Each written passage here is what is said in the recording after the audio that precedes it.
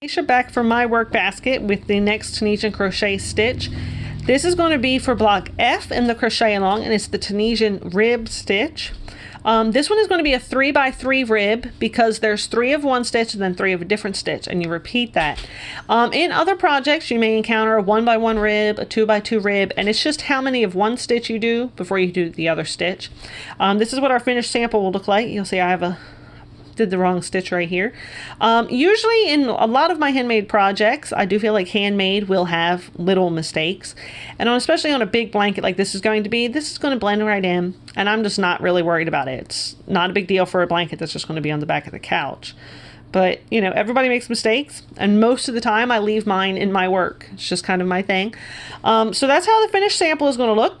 This one uses 3 Tunisian simple stitch and then 3 Tunisian purl stitch. If you're new to Tunisian crochet, I would advise that you go back through and watch some of my previous videos, because I do have a video for step-by-step how to do the Tunisian simple stitch and how to do the Tunisian purl, and having practice with those before you come to this will make this block much easier. So let's get started. As you can see, if you have been doing the crochet along with me, you've seen this quite a few times, but a Tunisian crochet hook, or it's sometimes called an Afghan hook, is quite different than a regular crochet hook. Mine is actually from the Denise interchangeable set, and so my ends come off and I can change my cable lengths.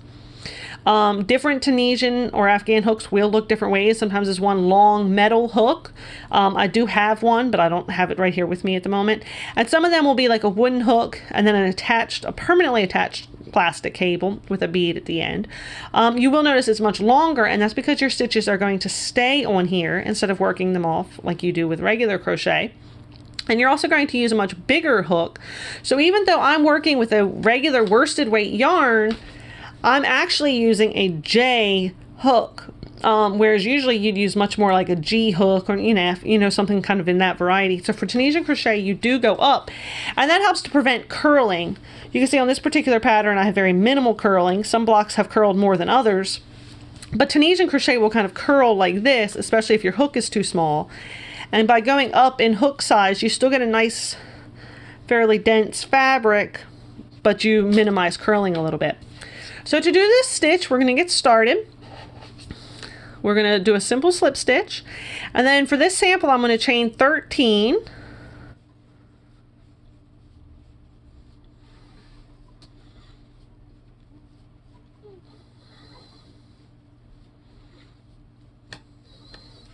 All right, let's check this. We have 2, 4, 6, 8, 10, 12, 13. So what I'm going to do is skip this very first one. I'm going to go into the next one. I'm going to yarn over and pull up my loop, and I'm going to do that in every stitch across. This is the biggest difference between Tunisian crochet and regular crochet, is that you leave the stitches on your hook. So this is going to be the foundation row of your project.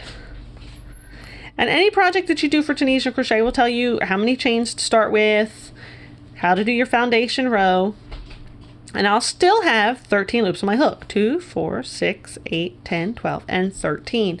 You're always going to have the same number of loops on your hook as you did for the starting chain, unless you have done, some decreases or something in the past. So, and then I'm going to chain them off. First, what I did was yarn over, pull through 1, and then I yarn over and pull through 2 all the way across. And I do this part a little bit slower in some of my other videos, but I think by now you've kind of got the gist of that. So to do the actual stitch, we're going to skip this increase stitch. We're going to go in 1 for a basic simple stitch. So we're going to go across the front, yarn over, pull it through. We're going to leave that on the hook, and we're going to do 3 simple stitches, and then we're going to pull our yarn to the front, and then we're going to do 3 purl stitches. Then we're going to go back to doing 3 simple stitches, and then we're going to do 3 purl stitches again. Now the actual sample block for the blanket ends with a simple stitch row and starts with a simple stitch row, but for the sample, to show you how to do it, I'm just doing one of each. So you can see I've got some simple stitches, some purl stitches, some simple stitches, some purl stitches. And that is the first pass of my pattern row. This reverse pass is going to be yarn over, pull through 1, and yarn over and go through 2 all the way across.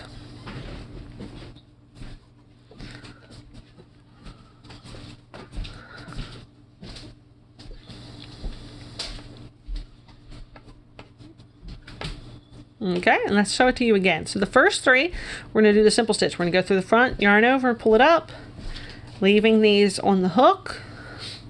So we've got our simple stitches. We're going to pull it to the front, and we're going to do some purls.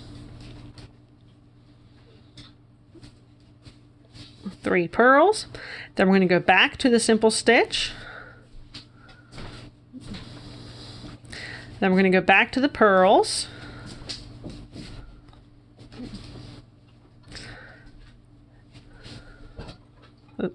My yarn got put in the back this time. What makes the purl is that you hold the yarn in the front of your work. So if I hold it back here and I pick it up, it's not going to be a purl stitch. You have to make sure you hold it to the front. And that's what creates that little ridge. And so then I'm going to work that one off. Go through 1, go through 2. That's the reverse pass of your stitch row. And so for this block, you're going to repeat this patterned row just over and over.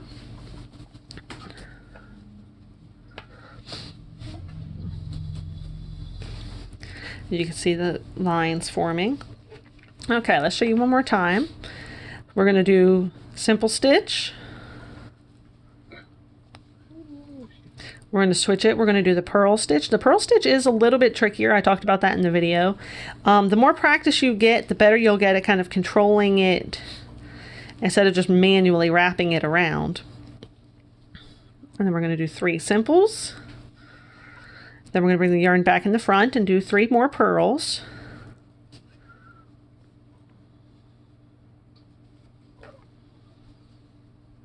Don't forget these loops on the end.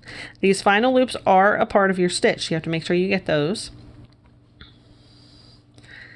And work that row off. And if you're afraid that maybe you've skipped a stitch, just remember at the end of each row, for my sample here, you'd have 13. For your actual block, you should have 28 loops on your hook at the end of each row. And that's how you know that you've done all the stitches you're supposed to do. You can see.